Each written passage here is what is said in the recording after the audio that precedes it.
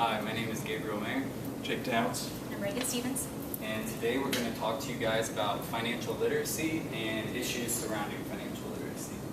So first off, pop quiz, everybody. So it might be hard to see, but so we have compound interest, annual percentage rate, and lien payment or loan payment formula. And we want to know if you guys feel comfortable, just by a show of hands, in matching the formula with the term.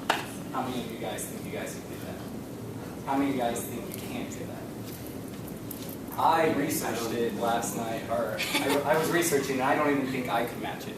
And this goes straight into our specific problem statement.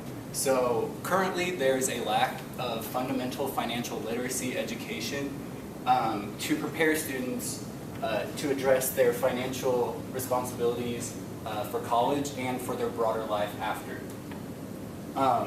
So when people aren't prepared and don't know how to handle their finances, it can lead to a lot of things. And starting with college, a lot of people just accept the loans and they don't really know what they're accepting. So once they get out, they have that 6 months of, hey, I don't have to pay, but then they start getting those bills and they don't expect how much it is.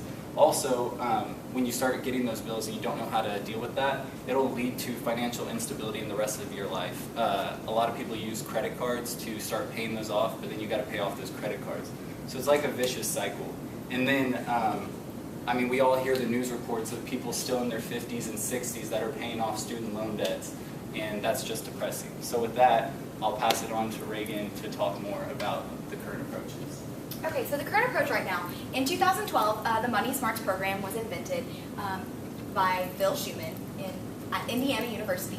Gabe got the pleasure of talking to Phil Schumann, who gave a lot of insight on this issue. So this was the first financial literacy course that was required in the state of Indiana. Each student had a required module each semester. You look so tall. I'm sorry. Each student had 7 required modules for every semester except for their last semester as a student.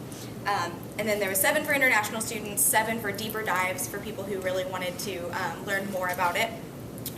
So it's pretty much a self-assessment that tracks students' knowledge on finance, and there was even a peer-to-peer module where freshmen and sophomore could learn from juniors and seniors. Go back real quick. There was a $126.4 million decrease in borrowing after this was implemented, and that was a 19% decrease in borrowing across all IU campuses. Purdue is working on developing the same type of program. They have just recently hired someone to develop it, and Notre Dame has been in talks of finding a program like it as well. So here you can, maybe I can move. The top is IU, and the bottom is here at USI. It's just kind of comparing.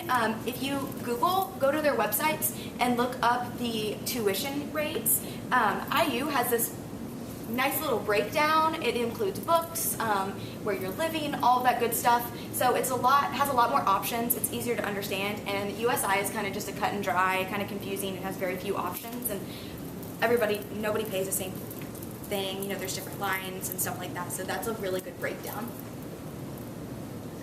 So our opportunity gap. A large percent of students do not have financial literacy, as Gabe had said. And there's not an easy, simplified place for students to know every aspect of their financial responsibilities as students. That's not a shame. So here we're looking at 2 graphs, which were a survey amongst financial advisors. The one on the left, they were asked if financial literacy is an issue in this country, and over 95% agreed. And then the one on the right, they were asked if advisors encounter financial literacy issues among clients, and just under 90% agreed to that. What makes it a little more concerning is that 50% of these advisors are not doing anything in their community to help with financial literacy. So. On a global scale, the U.S. is the world's largest economy, but ranks just 14th in adult literacy. To put that into perspective, Botswana's economy is over 1,000% smaller, but ranks similarly. And part of that problem in America is that only 17 states require a personal finance course to graduate high school.